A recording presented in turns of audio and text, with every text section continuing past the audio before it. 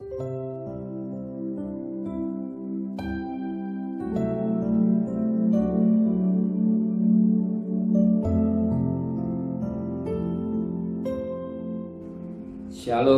pagi bersama tedukan kepala, pejamkan mata sejenak. Bapa yang bersemayam dalam kerajaan surga, pada pagi yang cerah sebelum kami mengadakan aktivitas lain, kami adakan mesbah keluarga, mesbah pribadi, kami boleh naikkan pujian dan penyembahan, dan kami juga rindu untuk mendengarkan renungan firman-Mu. Roh Kudus mengurapi kami, lembutkan hati kami, sehingga bukti firman-Mu menjadi berkat buat kami, dan kami juga boleh naikkan doa syafaat kepada Tuhan. Haleluya, amin. Shalom, pagi. Mari sama-sama kita akan membaca firman Tuhan, Kolose pasal 4. Kolose pasal 4 ayat 7 sampai ayat 18. Penutup dan salam. Semua hal ihwalku akan diberitahukan kepada kamu oleh Tikhikus, saudara kita yang kasih, hamba yang setia dan kawan pelayan dalam Tuhan. Ia kusuruh kepadamu dengan maksud supaya kamu tahu akan hal ihwal kami, dan supaya ia menghibur hatimu. Ia kusuruh bersama-sama dengan Onesimus, saudara kita yang setia dan yang kekasih, seorang dan dari antaramu. Mereka akan memberitahukan kepadamu segala sesuatu yang terjadi di sini. Salam kepada kamu dari Aristarkus, temanku sepenjara, dan dari Markus, kemenakan Barnabas. Tentang dia kamu telah menerima pesan, terimalah dia apabila datang kepadamu. Ayat 11, dan dari Yesus yang dinamai Justus. Hanya ketiga orang ini dari antara mereka yang bersunat, yang menjadi temanku sekejap untuk kerajaan Allah. Mereka ini telah menjadi penghibur bagiku. Kita perhatikan firman Tuhan sangat baik, luar biasa. Kita melihat bagaimana Paulus ini sebagai hamba Tuhan yang mendapatkan satu pribadi yang ada Tikus, Onesimus, bahkan juga Markus. Tiga orang ini selalu mendampingi Paulus. Dia banyak mendukung Paulus dalam pelayanan. Kenapa? Sebab tiga orang ini menjadi hamba-hamba Allah yang setia.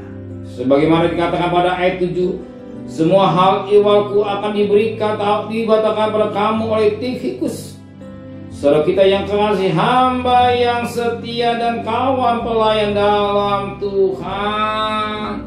Bahkan pada ayat ke-8, ia kusuruh bersama dengan Onesimus, saudara kita yang setia dan kekasih, seorang di antaramu. Mereka akan memberitahukan kepadamu segala sesuatu yang terjadi di sini. Dan juga pada ayat yang ke-10, salam pada kamu dari Aristarkus, temanku sepenjara, dan dari Markus, keponakan Barnabas. Tentang dia kamu telah menerima pesan, terima dia apabila datang kepadamu. Dan lihat bagaimana dikatakan baik Tikus, Onesimus, bahkan Aristarkus, bahkan Markus. Mereka kalau dikatakan dalam firman, hamba Kristus, hamba Kristus yang setia. Bukan saja hamba Kristus yang setia, bahkan dikatakan dalam firman Tuhan, kawan sepelayanan dalam Tuhan. Bukan saja dia hamba yang setia, dan juga kawan pelayan dalam Tuhan. Kita melihat Tikhikus ini seorang hamba yang setia dan kawan pelayan dalam Tuhan.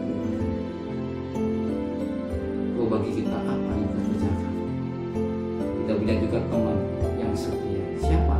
Suami, istri, atau istri. Isi bagaikan dikatakan teman hidup semati. seorang istri yang setia, seorang suami yang setia. Itu dia jadi maunya Tuhan, supaya rumah tangga bahagia.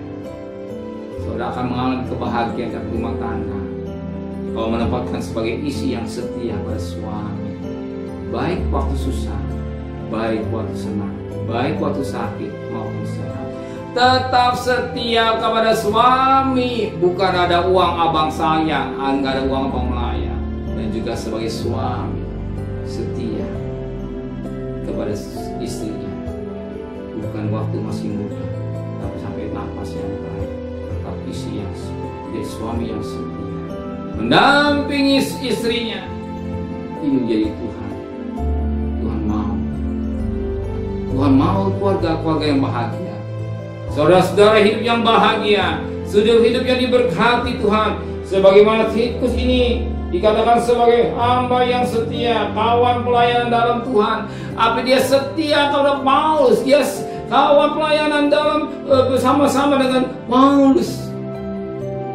Maka juga sebagai saudara dalam pelayanan, suami melayani, istri melayani. Bukan harus pelayan dikatakan khotbah tidak. Apapun yang kita lakukan, di pikiran kita melayani Tuhan. Sebab kita ini hamba Tuhan, bukan hamba dosa. Jadi apa yang kita kerjakan sesuai dengan maunya Roh Kudus, bukan hamba dosa. Apa yang kita kerjakan dosa tidak, tapi apa kita lakukan sesuai dengan pimpinan Roh Kudus, itu jadi hamba Tuhan. Bangun pagi kita juga melayani Tuhan, arti kita menjadi hamba yang setia. Adakan mesbah, mesbah memperhatikan anak, keluarga, itu juga hamba Tuhan. Dan apa yang kita perbuatkan untuk Tuhan, itu bagikan kita jadi hamba Tuhan. Sebab kita ada pimpinan Tuhan. Jadi hamba, bukan hamba dosa. Apa yang kita kerjakan dosa, tapi hamba yang kita kerjakan sesuai dengan pimpinan Roh Kudus. Sebab kita hamba-hamba kebenaran. Amin. Kita jadi suami istri yang saling mengasihi, saling mencintai sampai napas yang terakhir. Kita lihat nanti berkat-berkat Allah melimpah dalam hidup kita. Amin. Saudara mau limpah berkatnya, jadikan istri yang setia, jadikan suami yang setia. Sampai kapan? Sampai mautnya memisahkan hidup saudara. Amin. Terima kasih Bapa di surga, Engkau mengajar hari ini Tuhan menjadi hamba yang setia, menjadi pelayan Tuhan yang setia. Bukan saja hamba yang setia, jadi istri yang setia, menjadi suami yang setia. Baik senang susah tetap mengasihi suami, baik senang susah tetap mencintai istri, dan keluarga kami dan hidup kami boleh diberkati oleh Tuhan. Setiap perjalanan kami bekerja, berdagang, sekolah, pergi dan selamat, pulang dan selamat. Kembalikan besok pagi tubuh yang sehat dengan tidak berasa apapun juga. Berkati Bapak Presiden, Wakil Presiden, para Menteri, para Gubernur, para Bupati, para Wali Kota, para Camat, para Lurah, pada RW, pada RT, pada medis, pada TNI Polri. Berikan mereka takut pada Tuhan dan hikmat yang daripada Tuhan adanya. Terima kasih Bapa, saudara kekasih. Terimalah berkat nikmat dari Allah Bapa, cinta kasih sayang dari Tuhan Yesus Kristus, dan berkat Roh Kudus nyertai saudara mulai hari ini sampai Maranatha Tuhan Yesus datang. Yang cinta Dia katakan amin. Tuhan memberkati.